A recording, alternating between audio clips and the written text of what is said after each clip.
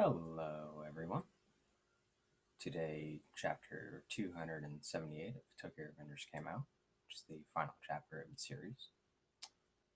And, since reading it, I thought I would give my review of the chapter and I guess generally the final arc as a whole. I'm going to start off giving my thoughts on the final arc, different things I liked and didn't like about it, because there definitely are a lot of both. And then jumping into my thoughts on the final chapter.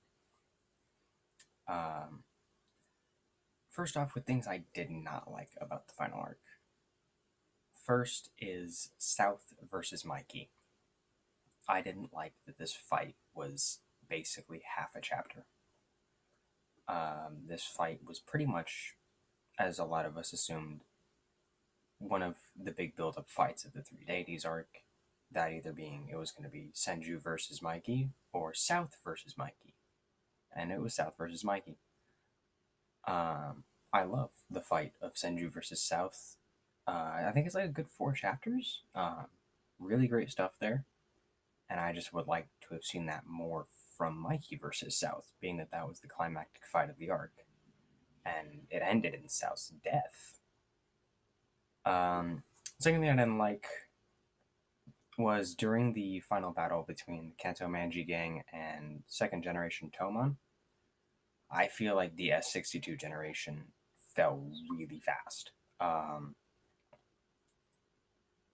mean, Shifuyu beat Mochi in like 3 pages, and then the Haitani brothers actually got somewhat of a decent fight, but still, Rand got beaten in like 2 hits, and Rindo got beaten in 1 hit. I thought that wasn't the greatest showing of the S62 generation, especially considering how hyped up they were during the Tenjiku arc. Um, I think we were all expecting Shion to be hit in the face and lose in 1 hit yet again, so I don't really have a problem with that one. Overall, though, I just think the fights ended way too fast. I really would have liked more from Chifuyu versus Mochi, considering their minor rivalry, and really just more from Chifuyu during that fight. Third is that Pa does nothing. Over the course of the series, we get the different captains doing things. Like Valhalla arc was a lot of focus on Baji. Black Dragons had a lot of focus on Mitsuya. And then the start of Tenjiku did have some focus on Smiley, but mostly on Mucho. And, the first arc of Mobius kind of had some paw focus, but going into this final arc, I really thought he would get more.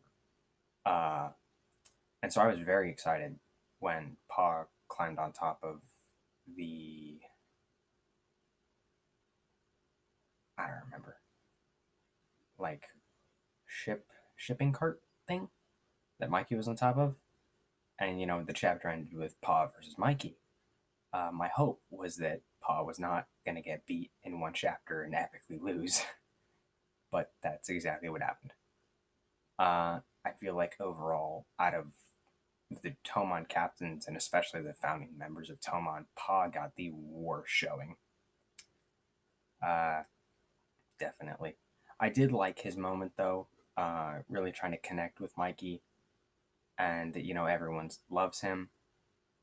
And it was an emotional moment. I just would have liked a bit more from Paul, really throughout the whole series. That is difficult to ask, though, considering, Stabdos and I went to jail. Then we have Draken's death. This is a rough one, guys. It's not all bad.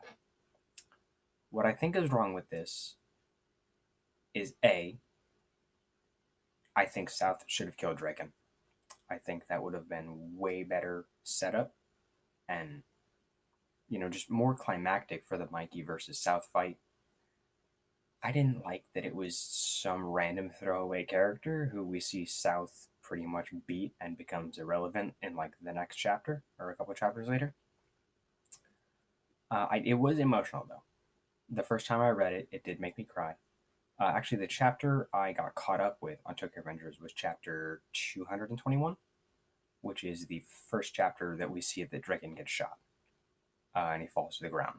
And that was the cliffhanger of that chapter. I, but overall though, I think Draken's death should have meant more, and it didn't. We saw Emma's death really affect like everybody. That was heartbreaking. But Draken's death just didn't have the same effect as Emma's death.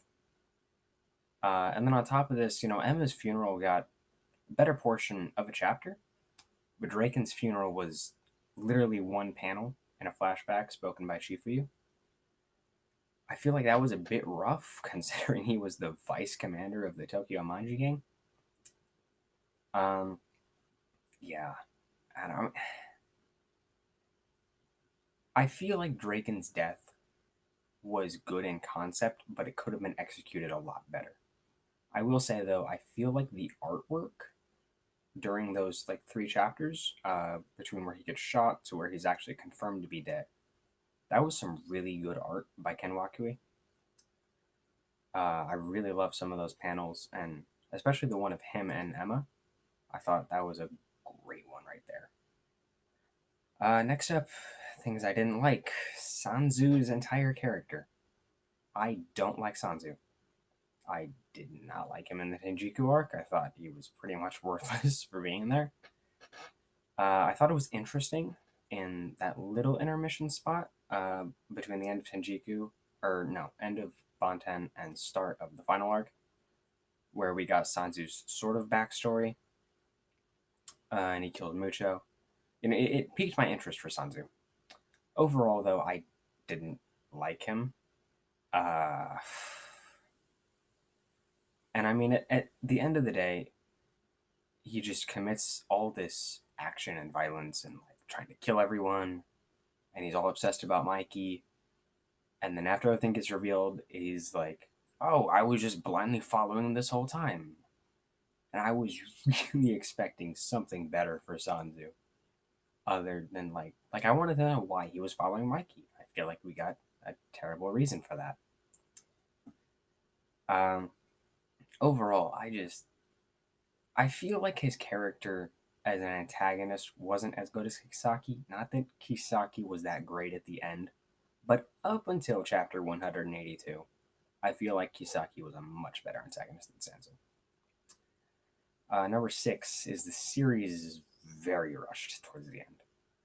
I mean, we fly through that final battle at lightning fast speed. Uh, I feel like there definitely was some cut content, and I don't. It was very rushed. Obviously, I mean, I know that's a huge point of contention with a lot of series, especially like Attack on Titan. That was another really rushed ending. I mean, I don't know. The next thing is just generally the time travel stuff. The fact that all of these powers come from a hobo that Shinichiro finds under a bridge and kills him, that came out of absolute nowhere. Where did the hobo get the powers? How did any of this start? We have no idea. And then in chapter 276, Takemichi and Mikey go back to the past for some reason. And then in 277, their explanation is, oh, it's a miracle. I didn't like it that much. I understand that, in 277, they go back, they fix everything. And I do kind of like that they fix everything. And that a lot of characters end up surviving. I think it's a great happy ending. I just didn't like that they didn't give any kind of explanation to that. And also, not Takemichi, Mikey's dark impulses. How did Takemichi fix that? He didn't win the fight. All he did was get stabbed and then pretty much die. And that solved the curse of the dark impulses? I was very confused on that. I guess you could look at it from the perspective of the time travel went back before the airplane, and so Shinichiro never killed the original Time Leaper. It's difficult to kind of wrap your head around. But there are a lot of things about this final arc that I do like. I would say I overall enjoyed the final arc more than I disliked it. This is going to kind of go in chronological order here. I did like most of the Three Deities section, the Three Deities arc. I thought it was really good, really kind of refreshing for the story to take that point. Focusing honestly a little more like criminal based and organization crime based. I thought that was very cool to see. And then, of course, the flashbacks to the original Black Dragons. I love that stuff. The Takomi flashback, getting to see the first gen Black Dragons being formed with Kasa and Benkei and their original gangs. I thought that was awesome. Something I wasn't expecting, but I'm very glad that we got. And also the Black Dragons characters, Takomi, Wakasa, Benkei, all pretty much founding members of the first gen Black Dragons. Um, I really like their characters and their addition to the story. And also Senju. I think out of all the characters that were introduced or expanded upon in the final arc, I think Senju is the best one. I love the way her character is written.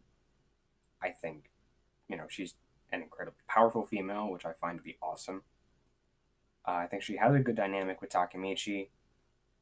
She provides some pretty good exposition before we jump into the final battle.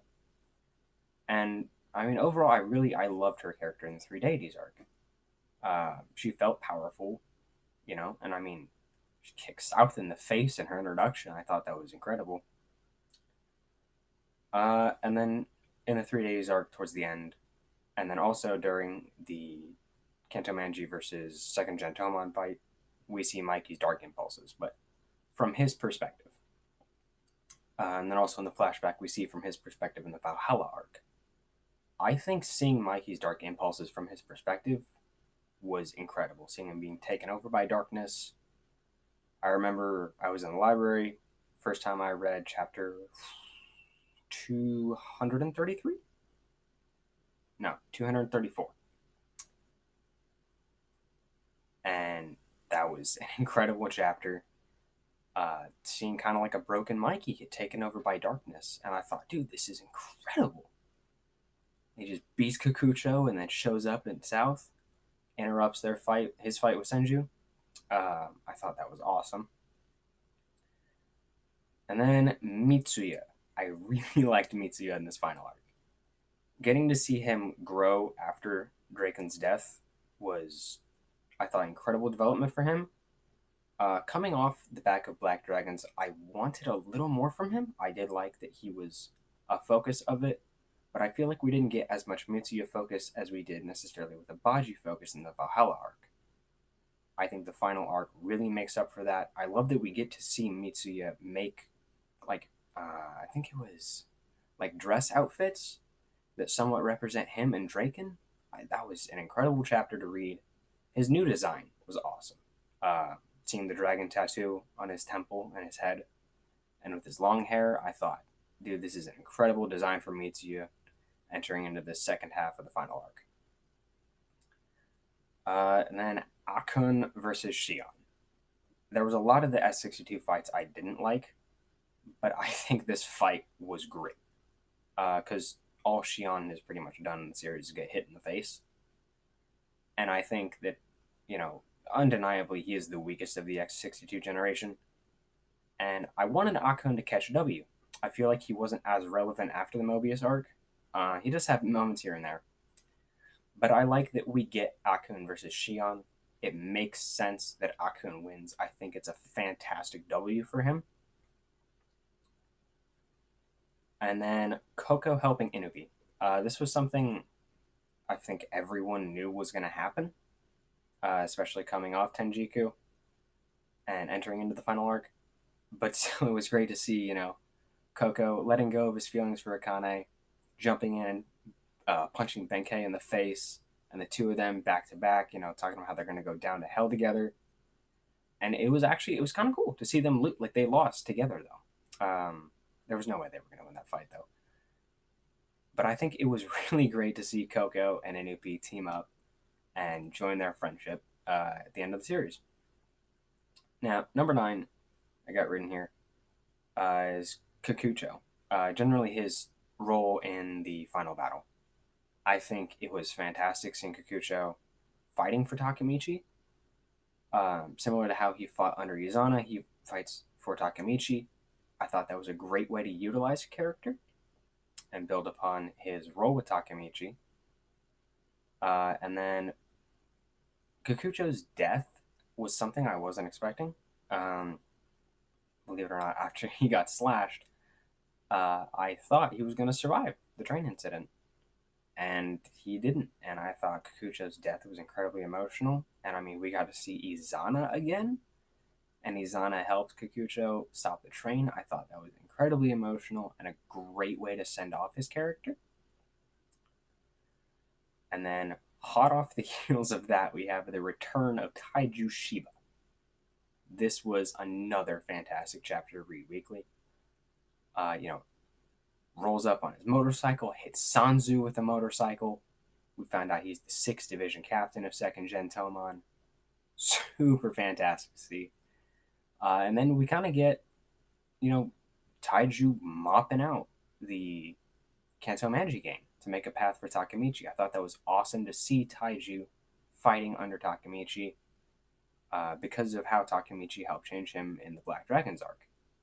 And then couple that with Taiju, the former leader of the 10th Gen, fighting two of the 1st Gen, Wakasa and Benkei. I didn't like how short that fight was, but I did think it was a great moment for Taiju beating both the 1st Gen. Then we have Shinichiro's backstory. Now, aside from the whole time leaping hobo killing thing, I really like Shinichiro's backstory. And to see him as an older brother, to go through his struggles, to blame himself for everything, and just how emotionless he becomes after Mikey's death. And then we see him go back, we see his happiness. I think this backstory really expanded upon Shinichiro in a great way. And then we get these slight little panel seeing that Kazutora has dark impulses from killing Shinichiro. I honestly really like this. First off, I did notice the foreshadowing back in Valhalla arc when Baji and Kazutora are being taken in the police car. We see Kazutora with the white eyes, like Mikey has when he is in his kind of dark impulses mode. I think Kazutora having dark impulses serves to really better his unstable mental state in the Valhalla arc and the actions he commits in the Valhalla arc. And I think overall rounds out Kazutora's character better in the earlier arc of the series. And then Mikey versus Takemichi. This fight was kind of a rough one for me. Obviously, this was the fight they'd been building up to since the start of the final arc. And the overall, I did like it. I liked that Takemichi was able to fight Mikey.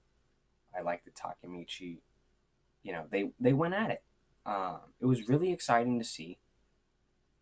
I just had such a problem, and I still kind of do, but less of a problem, with Takemichi basically having future side observation hockey. You can see everything right before it happens. It felt a little out there. But really, there was no other way he was going to contend with Dark Impulse's Mikey, who just mopped the floor with everybody. Overall, that fight has a lot of problems, but I do enjoy it. And then moving into the final chapter here, chapter 278, I didn't think it was that bad. Now, I'm kind of going to run through everyone and what my thoughts are on their lives after Takemichi and Mikey go back and save everyone. Mikey becomes motorcycle racer. I think this is great. I really wasn't expecting this, though I should have, because we get scenes like him on the bike ride in the Valhalla arc and the Christmas ride in Black Dragons. I think he rode in the Tenjiku arc. I don't remember. But it's exciting to see that. I think it really fits his character. And then Draken being his mechanic. Of course, Draken being a mechanic in the Bonten arc and just doing overall mechanic things. And then, of course, that bond of Mikey and Draken, I really love to see that. Koko and Kisaki running a sort of rich company. I think it's their characters. Koko makes a lot of money and Kisaki's pretty damn smart. So it makes sense they do this. I think it's pretty fitting for them. Izana heading a nonprofit organization, I do like to see that. I thought it was pretty cool. And then Kikucho, Mochi, Mucho, and Shion helping at an orphanage. I think this is a really great way to end off the character, especially Kikucho, who was an orphan. I really like that. I think it's a great ending for Kikucho's character, and pretty much the rest of the S2 generation. Of course, the Haitani brothers run a club. Not too many comments there. I think that it fits their characters. I mean, heading Rapone guy, running a club. It generally fits the theme that the Haitani brothers have. Sanju and Senju being celebrity models, I did like that. I feel like it fits, especially considering some with how they've been popular among the community during the final arc. Um, and I mean, Takomi is their manager. I thought it was fine. Overall, what I like to see is the three of the siblings who were kind of broken apart during the final arc are, living, working together now. Like they're a cohesive unit of siblings. I thought that was really great to see. And then Shinichiro runs his bike shop. I thought, it's pretty much what we would expect for a future of Shinichiro if he didn't get his head clocked by Kazutora.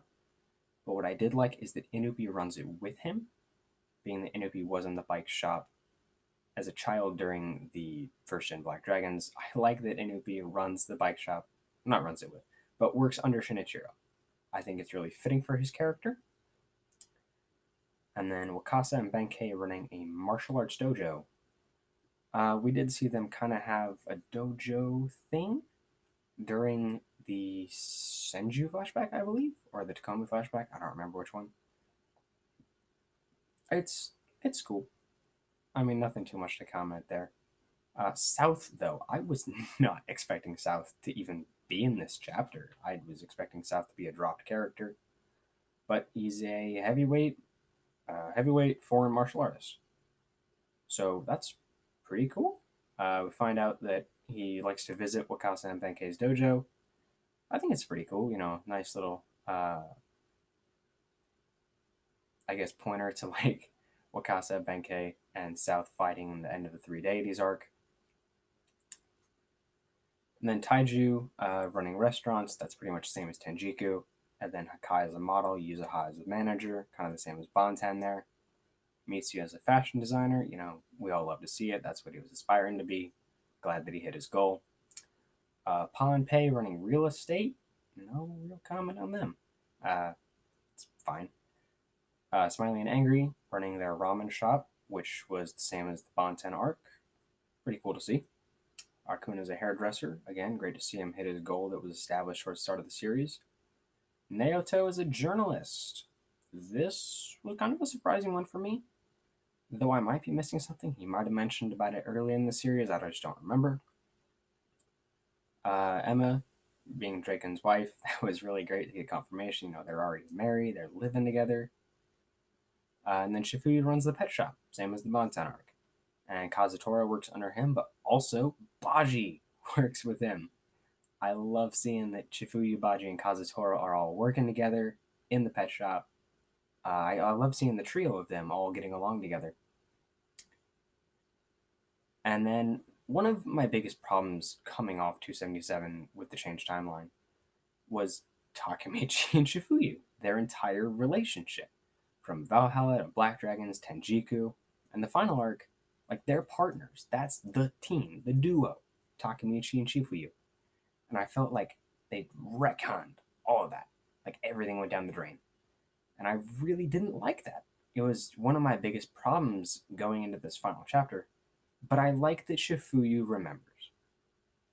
Even though it may not make sense, I think it really does help their duo and the end of the series.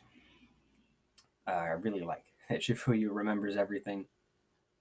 Not everything, but he sort of does. And then Takemichi and Hina getting married. This is a moment we've been building up since maybe sort of the first chapter, but generally maybe a little later. Uh, it's exciting to see. Not really too much to say there other than like it's happy. It's a happy ending for Takemichi and for everyone, and it's really good to see. One thing I did find a little funny though was that when everyone rushes forward, we see rushes forward after Takemichi and Hina kiss. Hanma's just sleeping in the background. Oh, that was another thing. I didn't know how they were going to wrap up Hanma's character, especially with the major theories that Hanma was the second time Leaper, and then that all got shut down. And I thought maybe we're going to get what he was talking about Kisaki's grave, but we don't get that. So I guess the motivation for Hanma is that Kisaki made his life exciting, and there's no real problem with that. I think maybe the community overextended Hanma's importance a little bit too much. But Hanma's a freelance photographer. I didn't see that coming at all. I don't remember anything like that ever being mentioned for Hanma. So I mean, it's pretty cool. Uh, yeah, I feel like the final arc. I wouldn't call it trash. It's got some hills and valleys and some really deep valleys. It's a rocky road towards the end. I would definitely say. I don't think it's as bad as other people are saying though. I do like that we got a happy ending, even though it really doesn't make sense at all. But it's happy to see. I know a lot of endings, not everyone makes it through. Not everything is a happy ending. I like that this series is a happy ending with how much pain and death we go through, fighting we go through in this series. I like that it's a happy ending. Uh, other people may disagree with me for that, but overall, I like the way that the series ended. Tokyo Revengers isn't a perfect story, but it's certainly one that I enjoyed quite a lot. And I wouldn't say the landing was stuck with the ending, but I would say it's pretty good. Uh, yeah, that about wraps up my thoughts on the final arc and the final chapter. And I hope to see you guys in the next video. Bye.